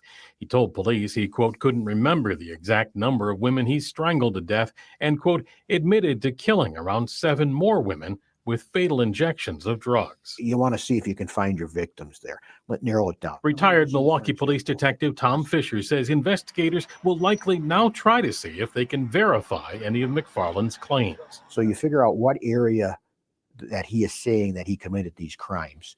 And then you go back and you go through your missing person records or your old homicide cases that went cold, and you try to see if some of the facts are matching up. While there are no victims' names in the complaint, McFarland told investigators he's, quote, killed people in Milwaukee, Madison, Chicago, and Detroit. To be fair, who hasn't killed people in Detroit? What's up, Patrick? No, keep drinking and watch the rest of my show at least. At least put another half an hour down. Obviously that was a joke. Obviously, that was a joke. Okay. So, moving on. This was insane, too. As passengers panic after a man jumps out of emergency exit on Southwest Airlines flight and attempts to hijack an airport vehicle in New Orleans, Louisiana. A passenger aboard the Boeing 737 MAX 8 Southwest Airlines flight 3172 from New Orleans to Atlanta caused a major panic on Sunday evening when he opened over wing emergency door while the aircraft was still at the gate. He jumped onto the tarmac and attempted to hijack an airport service truck at New Orleans International Airport. Police later found the man and promptly arrested him, though his motives remain unclear. Following his arrest, the man was taken to the hospital for evaluation. So this is allegedly from the plane. Go, y'all. Go, y'all. Go, y'all. Zia, are you okay? What? What happened? He put something on the plane and jumped off the plane. Wait, what? Someone jumped off? Zia. He put something on Go. Oh, they did? He did? There he is. He's taking the... Oh, my God. There he is. There he is right there. Oh, my goodness. Lord, there he is. Yo. They got him. Thank God. Oh, my God. Oh, my God. They got him. Thank God. On the plane. It's the guy beside him that's going to be able to tell what he put down. The same guy that did what?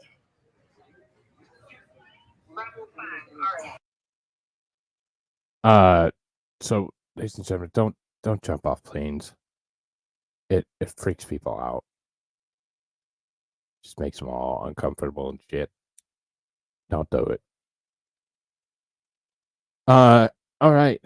Body found inside ventilation system of a Michigan College Arts Center. So this was a couple days ago.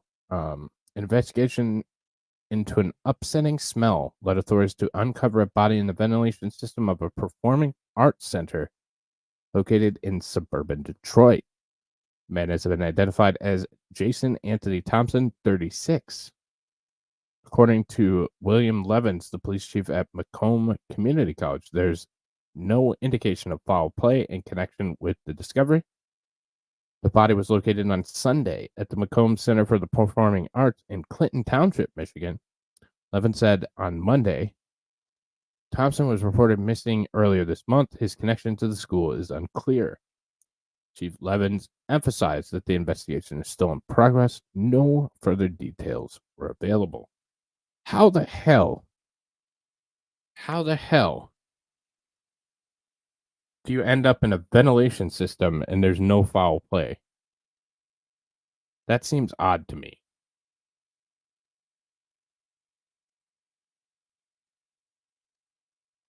Did he know the Clintons? That's my first thing. Did he know the Clintons? Could have been an art project. I'm putting my money on he might have known Hillary or had information leading to her arrest, which I definitely don't have. Definitely don't have. I don't know. It's just weird. I don't know how somebody ends up in the system like that without foul play, or at least some reasonable degree of thinking that there's foul play. But moving along. Unconfirmed reports of an active shooter at Coronado Mall in Albuquerque, New Mexico. Currently, enormous authorities and emergency personnel are responding to an unconfirmed reports of an active shooter inside or at Coronado Mall in Albuquerque, where Governor Kathy Hochul, or no, that's New York's governor. Who's the bitch in New Mexico? I can't remember. You know who I'm talking about. The one that just did the gun grab. That was one of the counties. With reports of shots being fired inside or outside the mall, crowds of shoppers can be seen running for cover, taking shelter. The mall is currently on lockdown, and the situation is developing. But that was a couple days ago. According to the Albuquerque police, there was shots fired. Here, we'll just read what they have to say. Albuquerque police have confirmed that there's no active shooter at the Coronado Mall. Police said one shot was fired, causing crowds of people to run. No injuries reported. Officers are working to identify individual responsible and are focused on safely evacuating people from the mall. So not technically a mass shooter. 6600 Manal Boulevard. Active shooter, I mean. All right. Bullshit.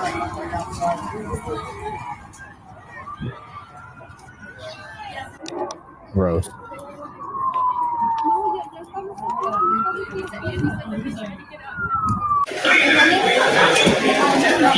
The thing that like more than time goes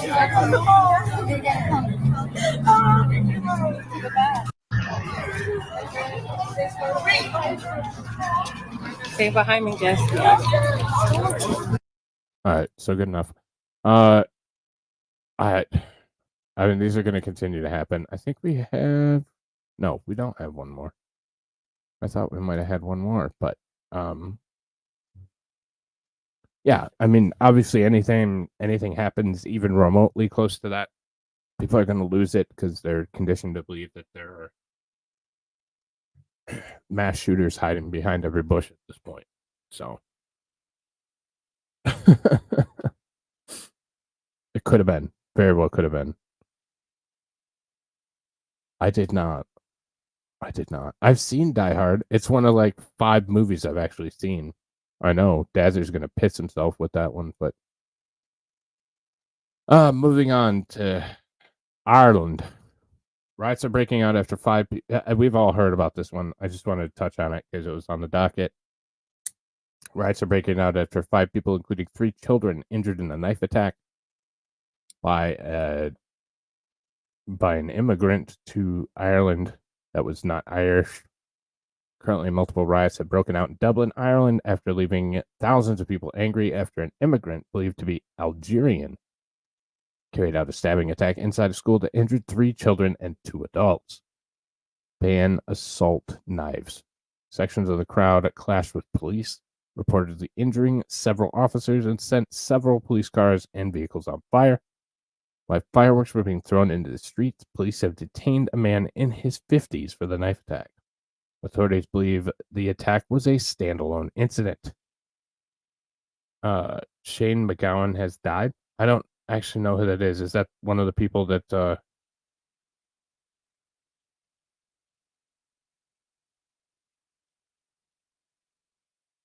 is that one of the individuals?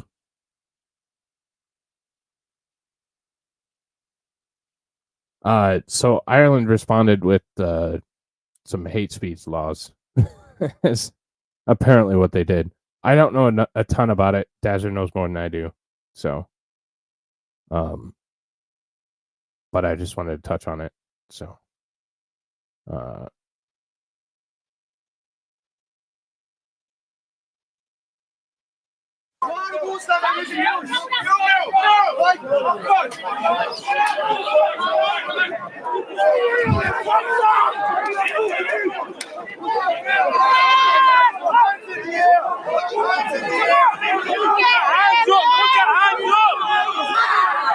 you're all Europeans to me.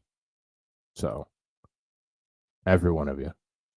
Moving on to the bullshit FBI. Oop, shit. Damn it. Fairy Tale of New York singing a duet with Shane McGowan. I don't know who that is.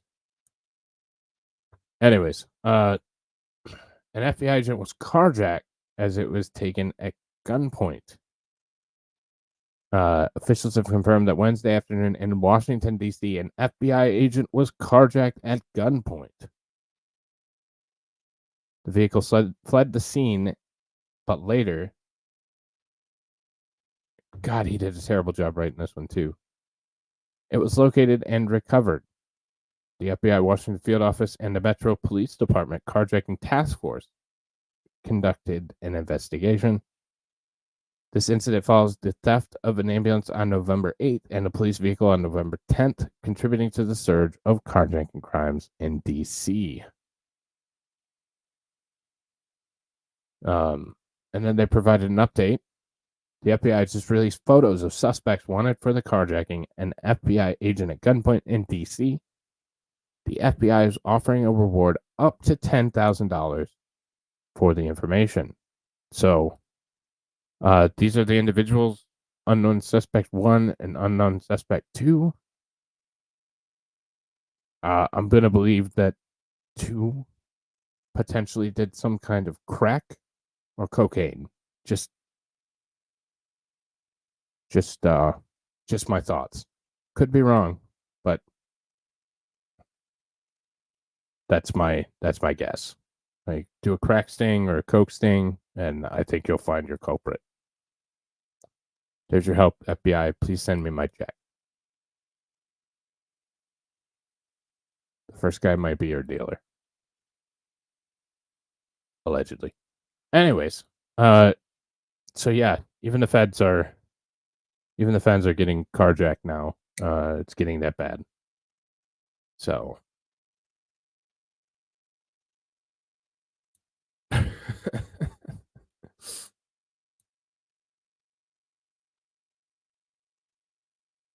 nope, we don't. But I could use 10 grand right now. That'd be nice. I think it's kind of funny that it's starting because there was a representative that also had their car stolen. I think it was last week. What's up, Jacob Castro?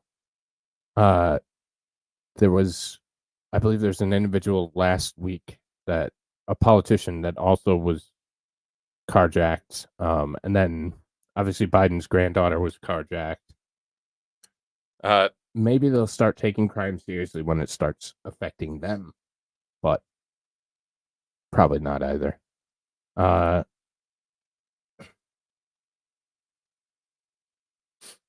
Okay, so here we go. Another FBI story.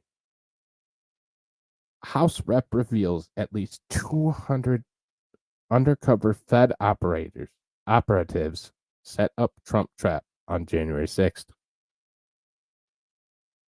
And I'm gonna read the first 2 paragraphs and then I'm gonna save it for the rest because I'm gonna do a full show on the updates to January 6th. So according to Rep. Clay Higgins, Representative Louisiana, there were at least 200 undercover federal agents among the crowd on January 6th. The lawmaker further stated that some of the operatives were dressed as Trump supporters and were inside the Capitol prior to the breach.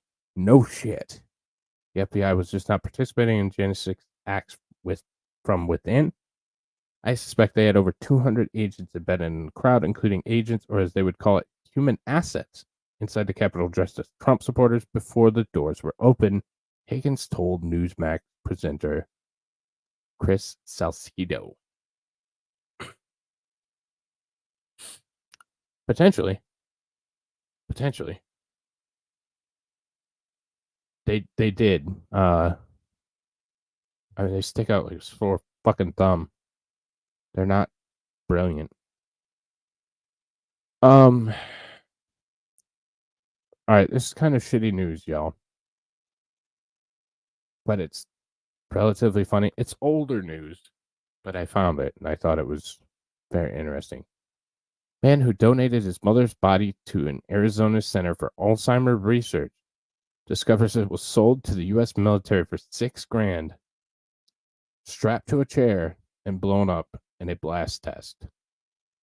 That's fucked up. That's it. That's fucked up. No, he didn't. That's fucked up. You know what's not fucked up? I can't read it, but enjoy. It's Disney's new logo. That's apparently what it says, yeah.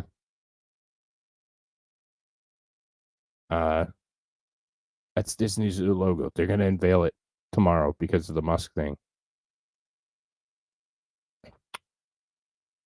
Speaking of the Mustang, one more time, just for good measure, because why the fuck not? You don't want them to advertise? No. What do you mean? If somebody's going to try to blackmail me with advertising, blackmail me with money, go fuck yourself.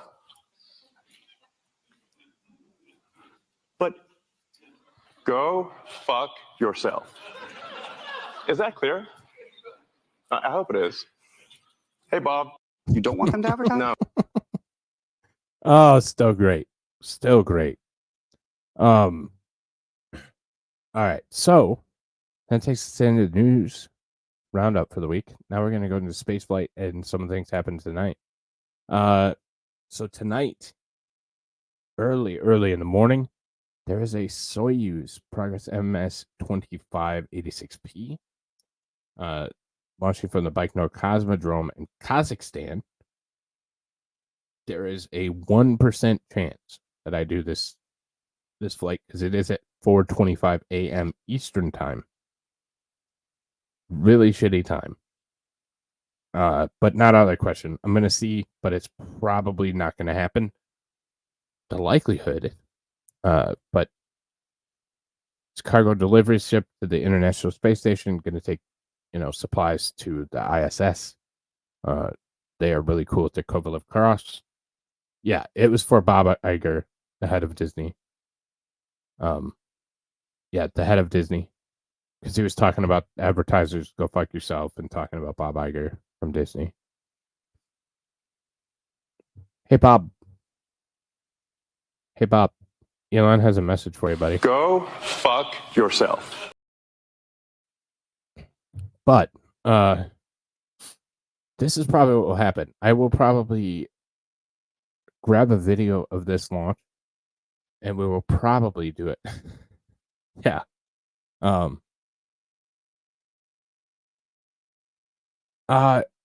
I have a weird thing being native with your body after it's dead. Like, we have a great deal of respect for after death.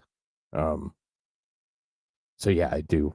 I do take it pretty seriously with the after death thing. Sorry, I just brought down that whole energy, but yeah, we take it pretty seriously. So, I'm very concerned about it due to our ritual and tradition. So, moving on. So December 1st also. So this is more. So this one's at 1:04 p.m. Eastern time. So this will be midday tomorrow from SLC 4E at Vandenberg Space Force Base in California, Cheney. So Falcon 9 Block 5 will launch the EOIR Satellite 1 from Vandenberg in California. So an optical infrared imaging satellite, and it's for 4 missions. So it's very likely that it'll go kind of early, maybe noon, 12:30 with this one. And we'll cover the Soyuz as well with the Falcon 9. And then 11 p.m. to 3:31. There hasn't been a set time. It will depend a lot on if it is successful from Vandenberg because of research. SpaceX Falcon 9 will launch another batch of 23 second generation Starlinks. So that's going to be from SLC 40 at Cape Canaveral Space Force Station in Florida. So that should be a fun one as well. And that one has a wide range of times and it's one that I will probably cover live as well. And then we don't have anything until next week. We have a Falcon Heavy USS F-52, which we've been anticipating, and that will have a lot to do with what happens before it as well. And then the Electron, the Moon God Awakens. I'm really excited for this rocket. So that's the bigger Kiwi rocket. They're always fun to watch. So that's what we got going on in space flight. Coming up right now.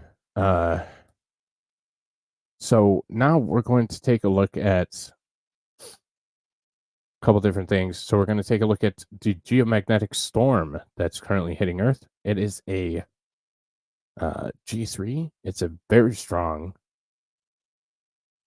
I want Soho. Where the hell's Soho? Soho Sat Live.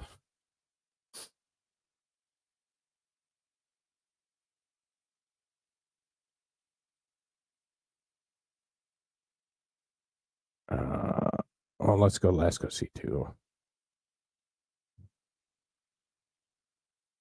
So here's an even bigger concern. Our sun is shitty active right now, like really active right now. And it's gonna get worse as we go. So we'll take a look at EIT in a minute, but we were hit with a pretty big CME, a solar CME, late November 27th, November, partial halo CMA, and the filaments shoot out into the sky, and then it just is a matter of if they're going to hit us or not. When you start looking at 2 + 3 + 4 CMEs, so this is arrival times on December 1st. Let me see if I can blow this image up a little bit more. CMAs can knock out radio communications, cell phone communications, telecom, satellites, all that kind of shit.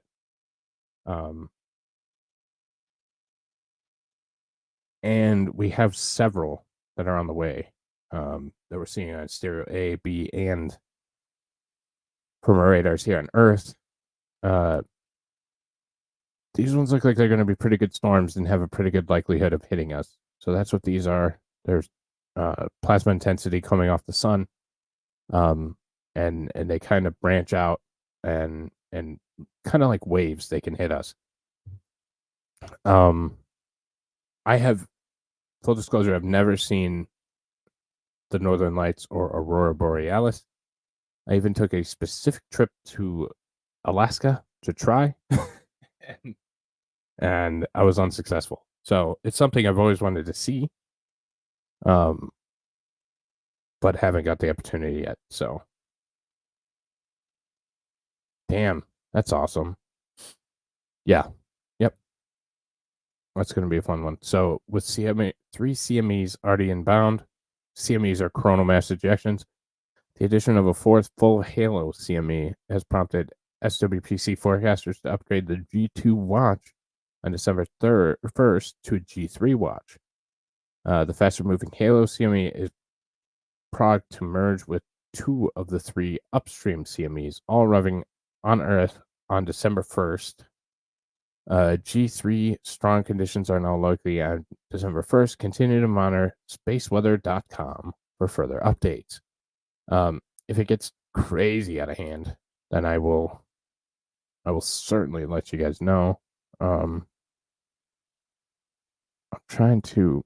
So there's a lot of things that can affect it. How violent it is, how big it is, how fast it's coming in, and that's some of the concerns. Is that this one's so fast and so powerful that it's gonna basically engulf the other 2 players. So there's going to be G3 is a pretty reasonably large storm. Something to be relatively concerned about, but not overly concerned about. But with the increase in activity of our sun, it's getting concerning.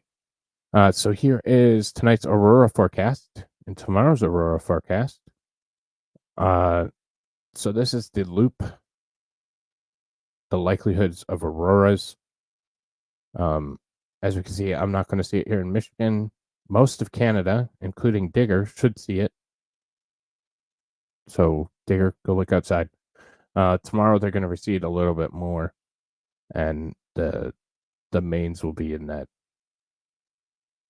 a little bit more receded.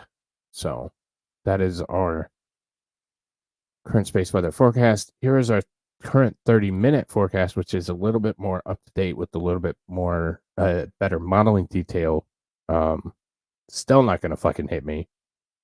So this is northern and southern hemisphere of aurora forecast. It normally doesn't get much past Antarctica in the south. Sometimes it goes a little bit up here in South America, but as you can see, it's going to miss Michigan.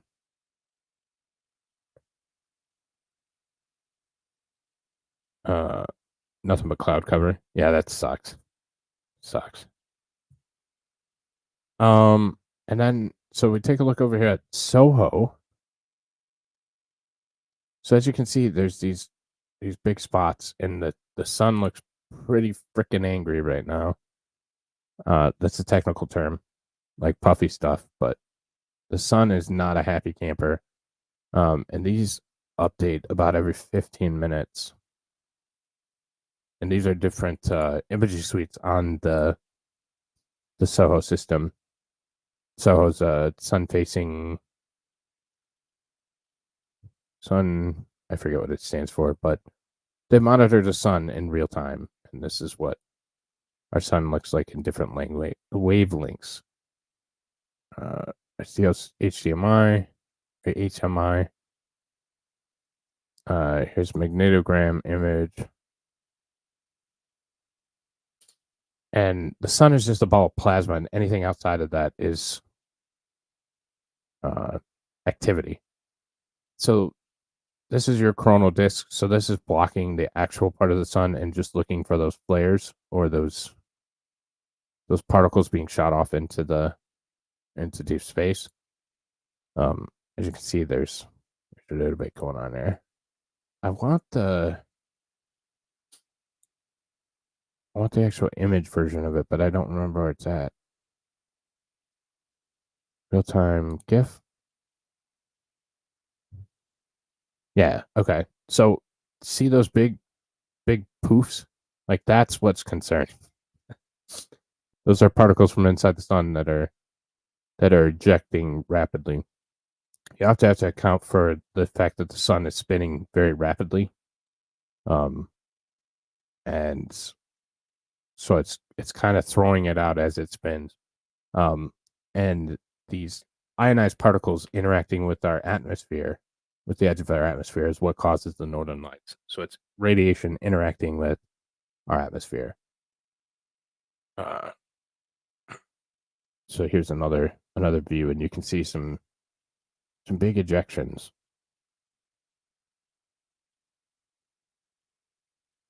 We're in a solar cycle, so this is pretty common. Solar and Heliospheric Observatory. Thank you, sir. Just couldn't remember it. Could not remember it. The sun may have a communicable disease. I'm not sure.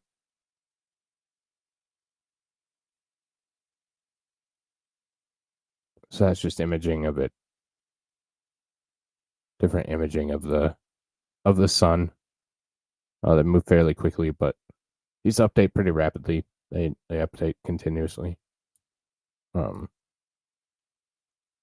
as you can see, there's a little bit of activity going on. So it is going to continue to be kind of a concern as we go forward. And we're going to get more and more activity out of these.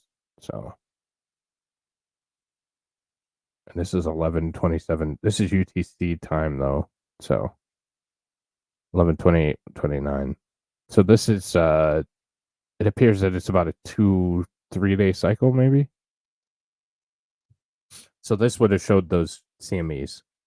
Sorry, I wasn't looking at that earlier. So the CMEs are that are coming for us are very likely those 2, 3, 4 bursts that we see in this image. So just something to look out for. They can get nasty. They can get really bad. And they can affect everything. GPS, satellite systems, all kinds of different things. So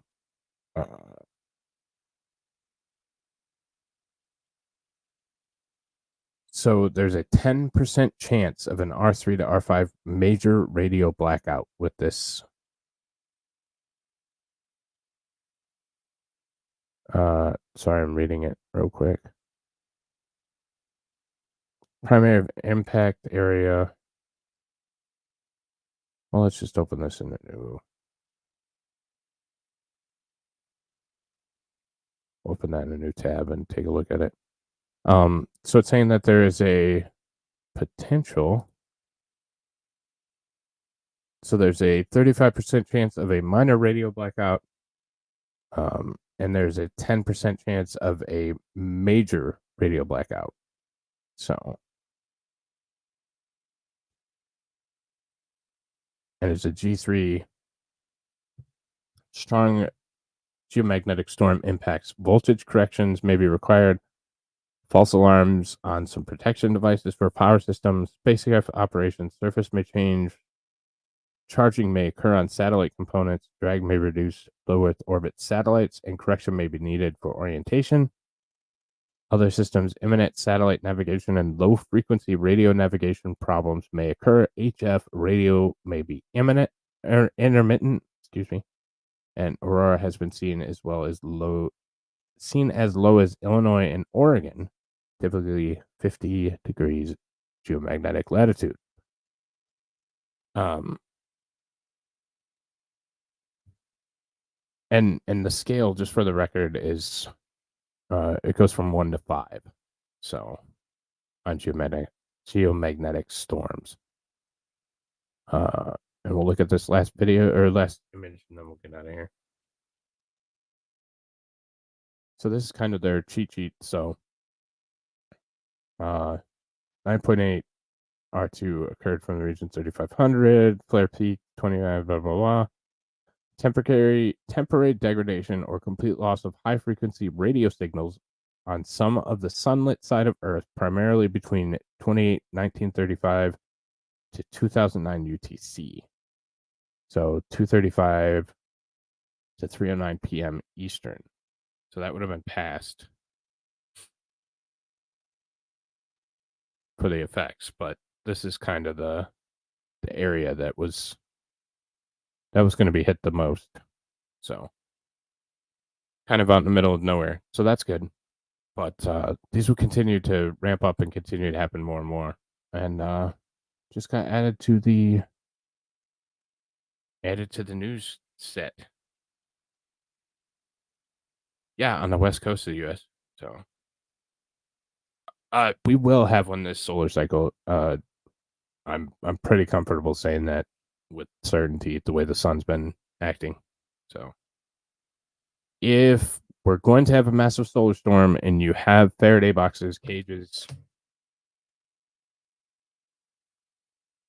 microwave, that sort of thing, if it's sensitive electronics that you'd like to keep, when we get to the G5 storms, you're probably going to want to do that. So we shouldn't rely on electronic devices for the most basic skills like map reading. No, I don't think so. It does it all the time. Sometimes it hits us. That's true, but it's doing it more frequently and more violently as we get into the solar cycle. So,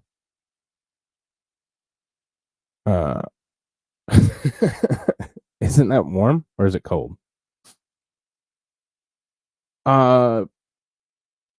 Theoretically, but if it becomes that bad, then it's probably going to be impactful either way. So,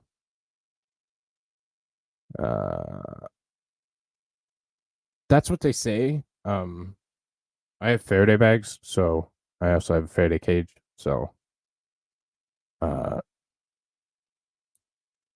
yeah. But I've heard many people say that microwaves work. Same thing with the electromagnetic pulse or an EMP. So it's the same kind of scenario and situation where you're getting an overload of radiation, and that could be an issue at some point. So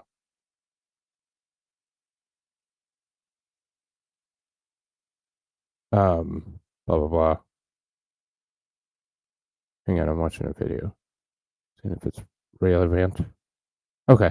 Unplug it first. Yes. I'm not 100% sure. Get a bag big enough to fit it?